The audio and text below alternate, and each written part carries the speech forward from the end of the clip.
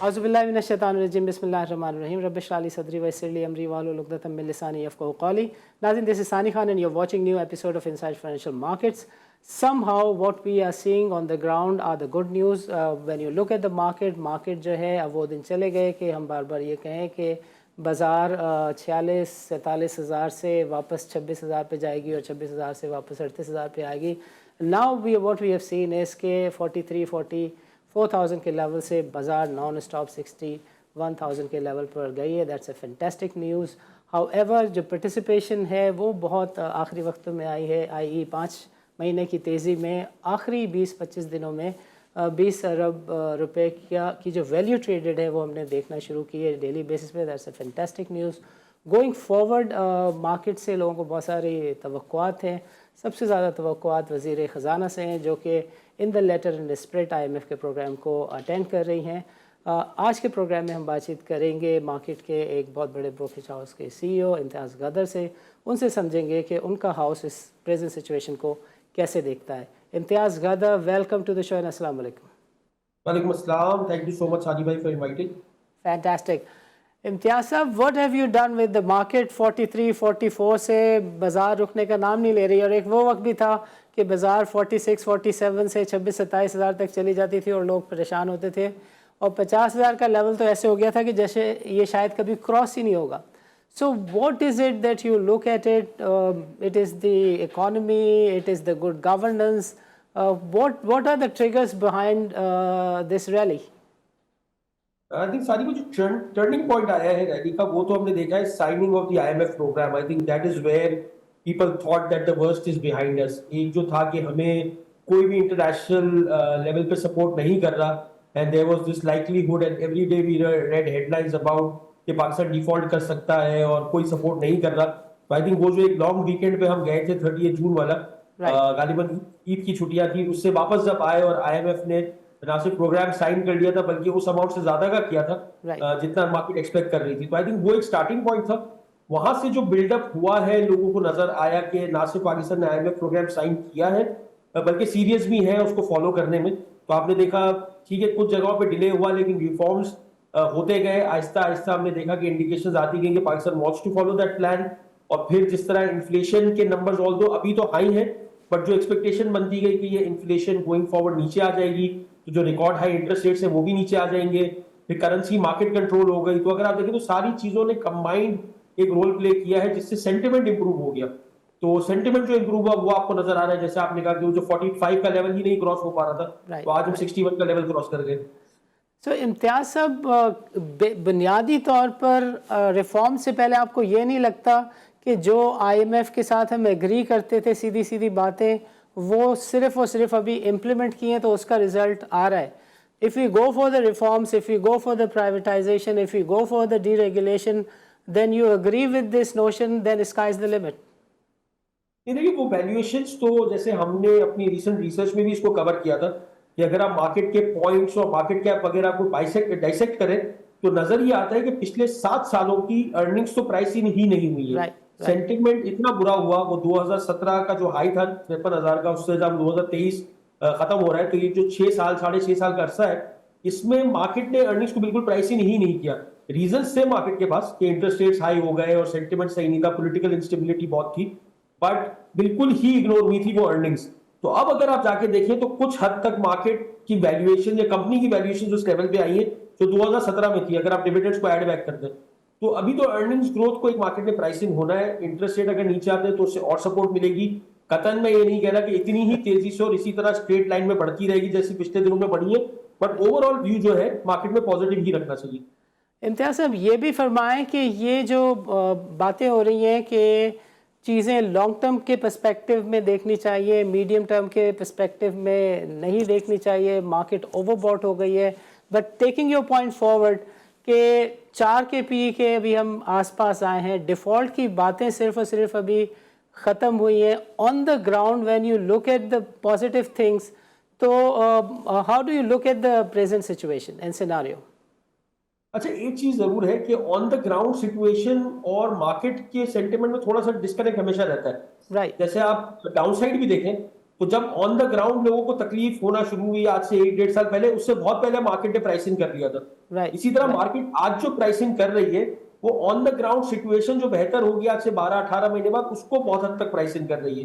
तो मार्केट हमेशा forward looking होती है। आप अगर कोई बिजनेस रन कर रहे हैं तो आज आपकी फाइनेंशियल कॉस्ट नीचे तो नहीं आई है, काइबोर तो ऑलमोस्ट वही है जहां पर था, डिस्काउंट राइट। रेट भी वही है। बट जो मार्केट प्राइसिंग करती है कि आज से 1 साल बाद आपकी फाइनेंस कॉस्ट सिग्निफिकेंटली डाउन होगी। तो मार्केट की इंप्रूवमेंट और ऑन द ग्राउंड इंप्रूवमेंट में हमेशा एक हेड स्टार्ट मार्केट में ही आपको नजर आएगा। तो और वो आपकी बात भी बिल्कुल ठीक है कि वैल्यूएशंस में बहुत जगह है, बट जब मार्केट इतनी स्पीड से रैली करती है तो एक कंसोलिडेशन, एक ब्रीदर के लिए भी हर वक्त रेडी रहना चाहिए। ये भी बताएं कि जो बार बार एकेडी के हाउस की तरफ से भी कहा गया, बाकी तरफ से भी कहा गया, अक्सर टॉप लाइन की रिपोर्ट भी इस बात को हाईलाइट करती है कि 2017 का नंबर अभी आपने नहीं देखा बिकॉज डिविडेंड के 30,000 पॉइंट इंडेक्स के अंदर घुसे हुए हैं। So are you one of those who feel कि जो इन्वेस्टर है, जो 2017 का इन्वेस्टर है, जो अभी तक मार्केट के साथ था, उसको वो प्राइस लेवल्स मिल गए हैं? Because if you want to add the cash dividends, if you want to add on the bonus and dividends, उसको आपकी नज़र में इस वक्त उसको आप कैसे देखते हैं? अच्छा, स्टिल इन द देखिए, मैंने लॉसेस? आपसे पहले बात की कि अगर 2017 से अभी का मवाजना करें तो कंपनी की एक जो वैल्यूएशन होती है कि एक कंपनी अगर 100 अरब रुपए की थी 2017 में, तो उसने आज तक उसमें से 20 अरब रुपए अगर डिविडेंड पे कर दिए हैं और राइट, आज वो 80 अरब की है, तो हम कहेंगे डिविडेंड ऐड बैक करके वो कंपनी आज भी एक तरह से एडजस्टेड बेसिस पे 100 अरब की हो गई। राइट, बट इशू ये है कि वो 100 अरब की हो तो गई, लेकिन 7 साल में वो कंपनी जब 10 रुपए कमा रही थी, उसकी जगह आज 25 रुपए कमा रही है। राइट, तो वो चीज अभी पूरी तरह प्राइस इन होना बाकी है। बट हाँ, अगर एक इन्वेस्टर ने उस लेवल पे लिया था और आज उसका एडजस्टेड रेट वो भी आ गया है, तो it is not fair compensation for holding equities. मतलब 7 साल में अगर आपका रेट वापस आया है, तो ऑब्वियसली मार्केट एक बुरे टाइम से गुजरी है, बुरे पैच से गुजरी है। इसीलिए इस वक्त आप देख रहे हैं कि जो ये रिलीफ आया है, it is also being celebrated that finally after a long time we are seeing some positive momentum. Imtiaz साहब, एक बात बहुत कॉमनली हो रही है बाज़ार में, मार्केट में, analyst, economist are talking about कि ये जो प्रेजेंट सिचुएशन है, इसमें कंटिन्यूटी का जो एस्पेक्ट है वो कितना ज़्यादा है और इसमें कितनी पॉसिबिलिटी है कि जो ये पॉलिसीज़ हैं ये कंटिन्यू करेंगी in the aftermath of elections, there could be some new policies. So आपने काफ़ी इलेक्शंस देखे हैं, इलेक्शन से पहले की भी रिपोर्ट्स अक्सर जेएस निकालता रहा है। आपकी नज़र में down the road 5 to 6 month एक इन्वेस्टर को किन बातों का ख्याल रखना चाहिए और आप कैसे देखते हैं down the road 6 to 8 months? एक चीज जो शायद मार्केट के लिए अच्छी हो जाए, जो पिछले 2 साल में जिस तरह हमने देखा है कि ऑलमोस्ट सारी मेजर पॉलिटिकल पार्टीज ने हुकूमत में रही हैं, they have seen the worst of the economic crisis in different quantums, और एक बहुत छोटे अरसे में देखिए 2 साल के अरसे में ही 3-4 पार्टीज जो हमारी मेन है, उन सब ने गवर्नमेंट में रह के देख लिया है कि the cost of not doing reforms is very high. कि अगर आप जब नहीं करते वो सारी चीजें जो रिक्वायर्ड है, तो उसकी कॉस्ट बहुत ज्यादा होती है। दूसरा, अगर आप मार्केट को देखें तो इलेक्शंस के पॉइंट ऑफ व्यू से देखें तो historically market is not so much concern about faces, it is concern about direction of policy. और ये जो मैं बात कर रहा हूँ कि क्योंकि पिछले 2 साल में सबने बहुत नजदीक से देख लिया है कि जब डिफॉल्ट की सिचुएशन बनती है मुल्क में तो कितना क्राइसिस आता है, तो एक बेस केस एक्सपेक्टेशन यही है कि जिसकी भी हुकूमत आती है, by and large reform process जारी रहेगा। कुछ चीजें हो सकता है कि वो अलग तरीके से करना चाहे जिसकी हुकूमत आए, बट जनरल एक्सपेक्टेशन ये है कि क्योंकि ये क्राइसिस हम बहुत रिसेंट पास में देख चुके हैं, शायद वो सिचुएशन दोबारा ना हो कि नई आने वाली हुकूमत बिल्कुल ही रिफॉर्म्स को साइड पे रख के पॉपुलिस्ट मेजर्स करने निकल जाए। And how about FDI, FPI? How do you look at this situation कि अब काइंड ऑफ इंटरेस्ट नज़र आया है फॉरेनर्स का, सो इसमें भी आप देखते हैं बेहतरी आते हुए? तो इसमें भी मैं वही कहूंगा जो मैंने अभी आपसे बात की, मार्केट वर्सेस ऑन ग्राउंड। मैं एफडीआई को भी ऐसे ही देखता हूं कि एफडीआई आने में तो थोड़ा टाइम लगेगा, थोड़ी सी sustainable situation on the ground जब इंप्रूव होगी तब आपको एफडीआई ज्यादा नजर आएगी, और वो भी शायद शुरू में G2G लेवल पे नजर आएगी। गवर्नमेंट के जो इनिशिएटिव्स हैं वहां पर government to government level contacts पर भी एफडीआई पहले आएगी। एफपीआई अलबत्ता कल हम सभी बात कर रहे थे इसके ऊपर कि 6 साल के अरसे के बाद 1 महीने में तकरीबन 38 से 40 मिलियन डॉलर का इन्फ्लो आया है, तो यकीनन you are back on the map, people are looking at you. अभी नंबर्स बहुत बड़े नहीं हैं, बट जिस तरह हम भी डील करते हैं फॉरेन इन्वेस्टर्स से, इंटरेस्ट डेफिनेटली बढ़ा है। जब एक मार्केट परफॉर्म करती है तो सबकी नजरों में आती है। जैसे अगर हम आज बैठे हो, आप भी स्टॉक को कवर करते हैं, आप जरूर राइट कहते हैं आज सबसे ज्यादा इजाफा किस कंपनी के अंदर हुआ। चाहे आपको कंपनी अच्छी लगती हो या बुरी लगती हो, आप डिस्कस जरूर करते हैं उसको। राइट तो पाकिस्तान का भी वही हाल है कि स्टोरी बहुत अच्छी ना हो, शायद हेडलाइंस थोड़ी सी नेगेटिव हो पाकिस्तान में से, पर जब एक मार्केट एक क्वार्टर में 25% का रिटर्न देती है तो लोग बात जरूर करते हैं कि इस मार्केट को देखना चाहिए। Fantastic fantastic. इम्तियाज साहब, अभी वक्त हुआ चाहता है एक छोटे से वक्फे का, वक्फे के बाद आपसे बातचीत का सिलसिला यहीं से शुरू करते हैं।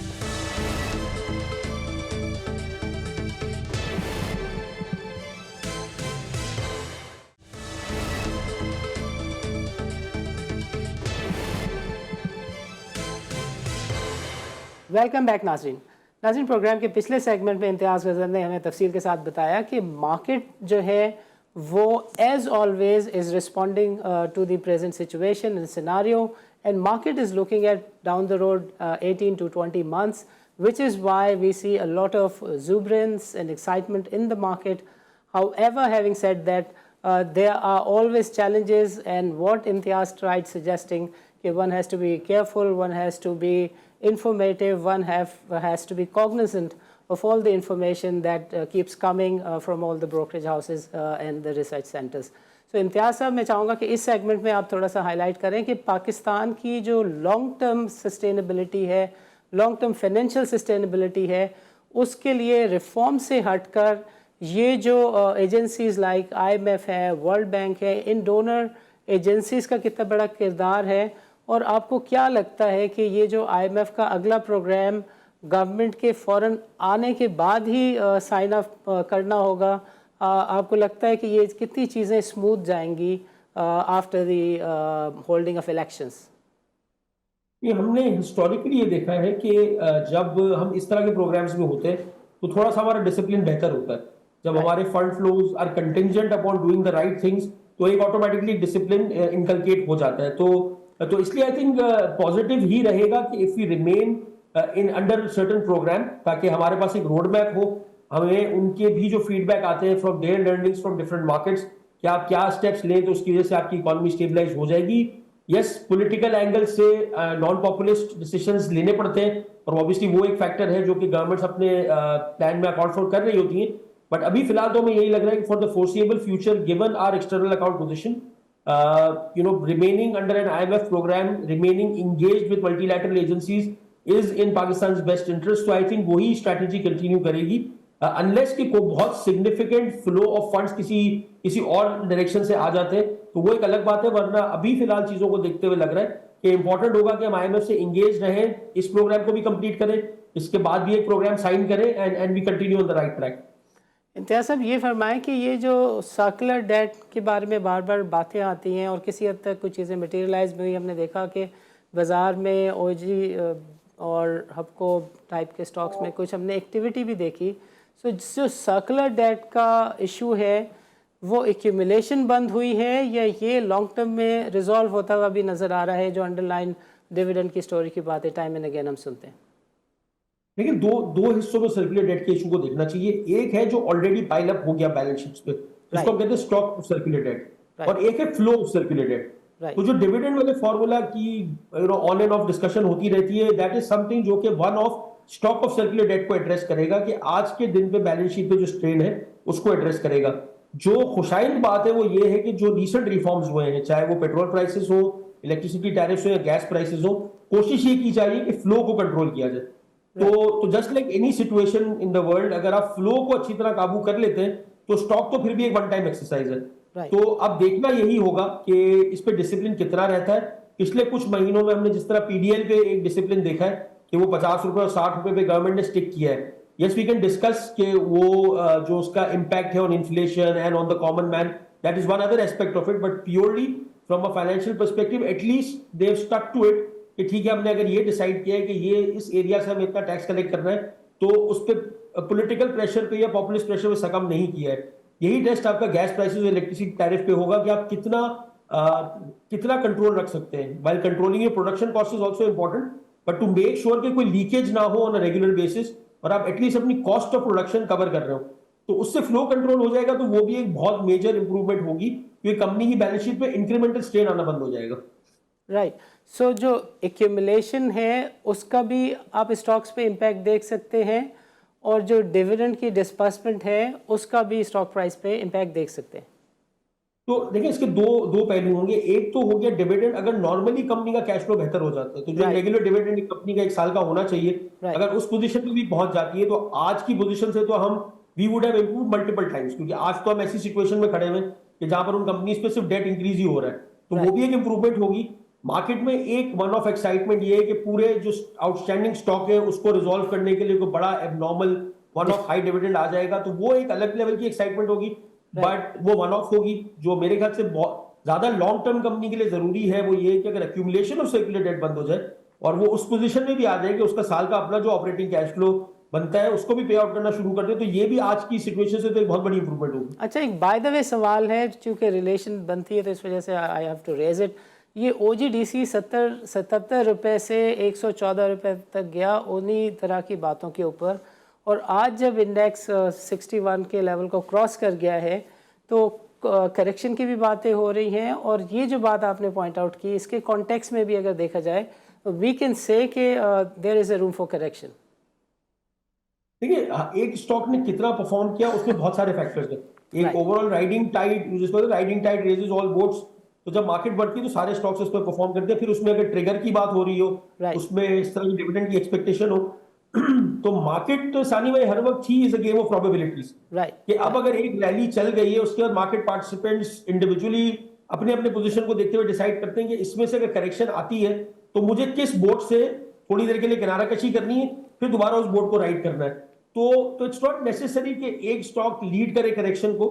आई थिंक इंडेक्स लेवल और इंडिविजुअल स्टॉक की परफॉर्मेंस में एक डिस्कनेक्ट हमेशा रहेगा, वो स्टॉक स्पेसिफिक वेरिएबल से ड्रिवन होगा। जैसे आपने शुरू में बात की थी कि मार्केट 28,000 होती थी और 44 हो जाती थी, राइट उसमें भी ऐसे स्टॉक्स हैं जो मुस्तकिल बढ़ते ही रहे राइट इरिस्पेक्टिव ऑफ दैट। और जब आज 44 से 61 हुई है तब भी ऐसे स्टॉक्स हैं जो नहीं बढ़े उस क्वांटम से। तो आई थिंक उसको इंडेक्स लेवल से कनेक्ट करके कोरिलेशन निकालना थोड़ा सा मुश्किल होगा। Understood understood. चूँकि प्रोग्राम में वक्त कम बचा है, इसलिए मैं चाहूँगा कि थोड़ा सा मार्केट के ऊपर आपसे तज्जिया ले लिया जाए। मैं चाहूँगा कि आप थोड़ा सा एक तो मार्केट की जो करंट आउटलुक है उसके ऊपर अपना कमेंट दें, और फिर थोड़ा सा ये भी बताएं कि गिवन दिस पर्टिकुलर सिचुएशन अगर कोई medium to long term investor है तो उसे किस तरह के सेक्टर्स को निगाह में रखना चाहिए। तो हम जिस तरह सारी में बात करते रहे अपने इन्वेस्टर्स से all through out the rally and even before the rally, बल्कि पूरे साल की हमारी थीम यही रही है कि इस साल दो तरह के शेयर्स चलेंगे। एक ये कि आपका रिफॉर्म्स क्योंकि जरूरी है, जो कुछ भी हो रहा है उसके लिए आपको ऐसे स्टॉक्स ढूंढने हैं जो रिफॉर्म्स के रहते हुए अच्छा परफॉर्म कर सके।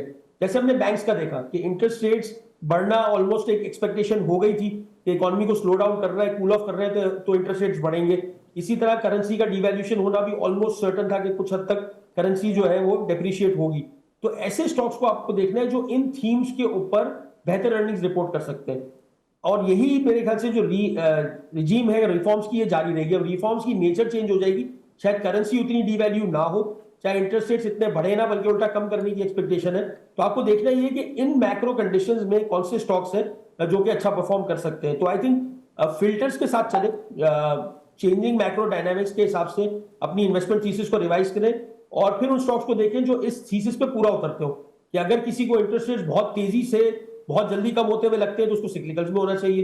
किसी को लगता है नहीं हम रिफॉर्म्स की वजह से या आईएमएफ की वजह से बहुत स्लोली इंटरेस्ट रेट्स कट करेंगे, तो maybe those sectors that benefit from high interest rate should be in your portfolio.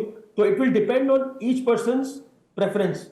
और इसके ऊपर तीसरी थीम मैं ऐड करूं तो ऑब्वियसली वो लोग हैं जो डिविडेंड्स को बहुत ज्यादा प्रेफर करते हैं। एक सेफ्टी कुशन आ जाता है आपके पास कि आपके पास रेगुलर कैश फ्लो आ रहा है, तो डिविडेंड यील्डिंग स्टॉक्स तो हमने देखा है they are like all weather place. साल के 12 महीने वो डिमांड में रहते हैं और अभी भी आपके पास ऐसे स्टॉक्स हैं ब्लू चिप्स में जो 18 से लेकर 24% की यील्ड दे रहे हैं, तो वो तो आई थिंक इन फोकस रहेंगे ही। या अगर कोई मार्केट में करेक्शन भी आती है तो उनमें शायद कम आएगी क्योंकि उनमें बफर बिल्ट इन है। ज़बरदस्त ज़बरदस्त। इम्तियाज़ साहब थोड़ा सा ये भी बताएं कि जो एक्सटर्नल अकाउंट है इसकी सिचुएशन तो अब आपको कंट्रोल में दिखती है, सऊदी रोल ओवर हो गया, और भी there number of good news including the SIFC।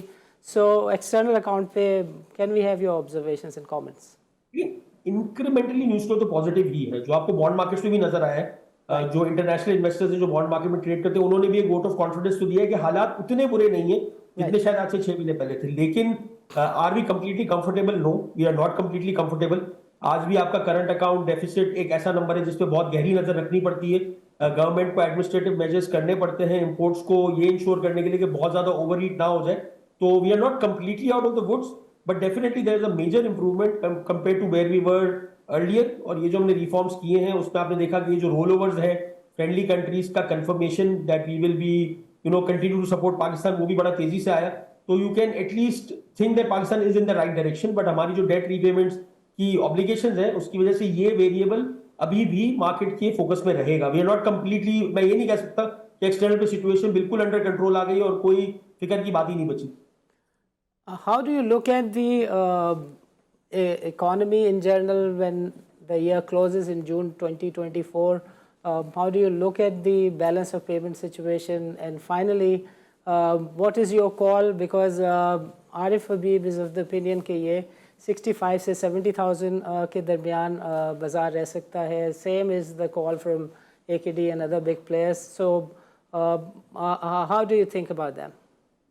देखिए, index target we haven't published an official index target as yet, but again the way I personally look at it, या हमारी research जिस तरह इसको देखती है, ये एक इंडिकेटिव टारगेट है और मार्केट में ऑब्वियसली फॉलो होता है। आज हम ये प्रोग्राम भी इसीलिए करेंगे क्योंकि इंडेक्स 61,000 हो गया, हम इसलिए नहीं कर रहे कि कौन सा शेयर 50% बढ़ गया, कौन सा 100%। तो इंडेक्स टारगेट की एक वर्ड जरूर है, लेकिन मेरे ख्याल से ज्यादा फोकस इसमें करना चाहिए कि यहाँ से स्टॉक्स कौन से परफॉर्म करेंगे, क्योंकि at the end of the day we don't buy the index, we buy individual stocks and that's where the money is made.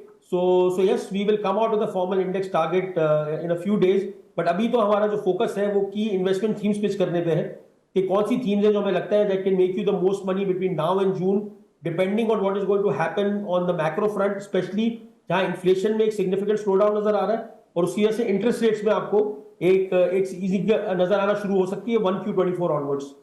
But इम्तियाज़, आपने अभी पिछले सवाल के जवाब में सेक्टर स्पेसिफिक नहीं बताया, आपने ये रूल्स ही बताया कि इंटरेस्ट रेट कम रहता है तो इस तरह के स्टॉक, डिविडेंड चाहिए तो इस तरह की सिचुएशन हो तो dividend yielding stock. Our audience is very generic, very general.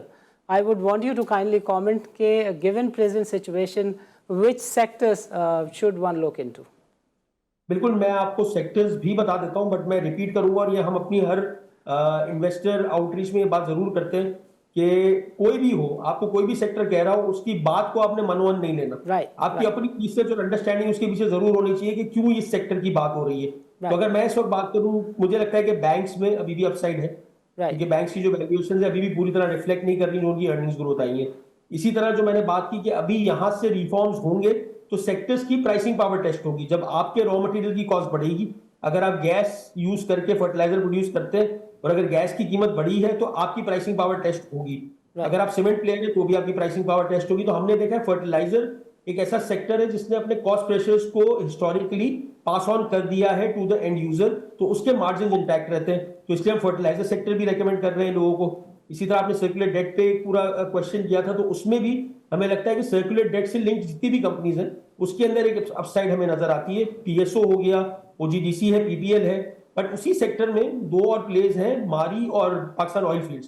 तो शायद सर्कुलर डेट पे इतना बड़ा प्ले नहीं है डायरेक्टली, बट वो क्योंकि ईएनपी स्पेस का आपको अच्छा एक्सपोजर देते हैं तो वो चीज आप ले सकते हैं। बट मैं रिपीट करूंगा, रादर देन, मैं हमेशा ये चाहूंगा रादर देन कि मैं आपसे आके कहूं कि स्टॉक एबीसी ले लें, मेरी कोशिश होती है कि मैं आपको बताऊं कि क्या हम सोच रहे हैं, आप उससे एग्री करें एज एन इन्वेस्टर कि मैं आपकी थीम से एग्री करता हूं या नहीं करता। अगर किसी को लगता है इंटरेस्ट रेट्स नहीं कम होंगे, he should take a call accordingly and not based on क्या somebody said के XYZ स्टॉक ले लेना चाहिए। अंडरस्टूड। इम्तियाज़, चूँकि प्रोग्राम का वक्त ख़त्म हो रहा है, हम चाहेंगे कि आखिरी 30 सेकंड्स में अगर आप कोई मैसेज देना चाहें हमारे व्यूअर्स को तो हमारा प्लेटफॉर्म हाजिर है। बस यही है कि एक ही मैसेज होगा कि मार्केट में एक एक्साइटिंग टाइम है, it is grabbing the headlines, this is the time where you have to be more cautious that you are doing your research and not getting carried away. क्योंकि सानी भाई के programme में इम्तियाज ने आके फला शेयर कहा था तो मैं ले लूं, या सानी भाई ने कहा था ये शेयर अच्छा लगता है, किसी जो भी स्टॉक आप सुने उसको एक बार पढ़ें, समझें और फिर उसमें एक्सपोजर लें। That's my only message always to investors. Imtiaz साहब, आपका प्रोग्राम के लिए वक्त निकालने का बहुत बहुत शुक्रिया। नाज़रीन, इम्तियाज़ ने तफसील के साथ आज हमें बताया कि जब मार्केट में तेज़ी हो तो मार्केट के जो प्लेयर्स हैं, इन्वेस्टर्स हैं, उन पे लाजिम हो जाता है कि वो और ज़्यादा कॉशियस हो जाएं। बिकॉज बहुत आसान होता है कि बार बार आपको खबर मिले कि फ़लाने स्टॉक में तेज़ी है, आप ले लें, उसमें 2 रुपये बढ़ गए, 4 रुपये बढ़ गए, और लेकिन जब मार्केट में लिक्विडिटी के चैलेंजेस हों, पार्टिसिपेशन नहीं हो, तो फिर वो स्टॉक 10-10 रुपये तोड़ देता है, 20-20 रुपये तोड़ देता है और उसके अंदर से आपको एग्जिट नहीं मिलता। There number of stocks, number of storage, number of defaults और बहुत सारी जानों के ज़िया की भी खबरें। So this is high time, हम सबको केयरफुल होना चाहिए। दिस इज़ हाई टाइम जिससे सबसे ज़्यादा हमें बचना चाहिए, एहतियात करनी चाहिए, इन्फॉर्मेटिव होना चाहिए, नॉलेज लेनी चाहिए। That is the leverage. Because ये वाली ख्वाहिश के 25 रुपये में 100 रुपये का, 25 लाख रुपए में करोड़ रुपए का माल ले लूँ और 1 रुपये के ऊपर 4 रुपये की तीज़ी ख़रीद लूँ, तो उनको समझना चाहिए कि 1 रुपये के ऊपर 4 रुपये का जो लॉस है वो भी बुक हो सकता है। सो आज के दिनों में अगर आप कामकाज कर रहे हैं, you got to make sure कि आप NCCPL की वेबसाइट पे मार्जिन ट्रेडिंग के बढ़ते हुए नंबर्स को देखें, कौन से स्टॉक में कितनी ज़्यादा पंपिंग हो गई है, उसका जो ओपन इंटरेस्ट है बढ़ गया है उसको देखें, MFS के नंबर्स को देखें, डिलीवरेबल फ्यूचर्स के नंबर को देखें, एंड ऑन द टॉप जो आपके सेटलमेंट के नंबर्स हैं उनको ज़रूर देखें। सेटलमेंट रेशो अगर ये 10% से कम है, इट्स अ बैड साइन, उस स्टॉक के अंदर से आपको निकल जाना चाहिए अगर आप ट्रेडिंग कर रहे हैं। अदरवाइज़ अगर आप होल्डिंग कर रहे हैं तो इस वक्त कोई भी रेट किसी भी स्टॉक के लिए ऑन अ सेफर साइड में कह रहा हूँ कि जो best of the best stocks हैं उसमें रहते हैं आप, तो कोई मसला नहीं है। बिकॉज अभी स्टॉक्स ने अपने लेवल को देखा ही नहीं है। So good luck to what JS are saying and what they are about to issue the number about the index by June 30, 2024, and we hope that market will perform better. This team, caretaker setup will perform better, and going forward, we see good luck to the economy. Ijazat dijiye, Allah Hafiz.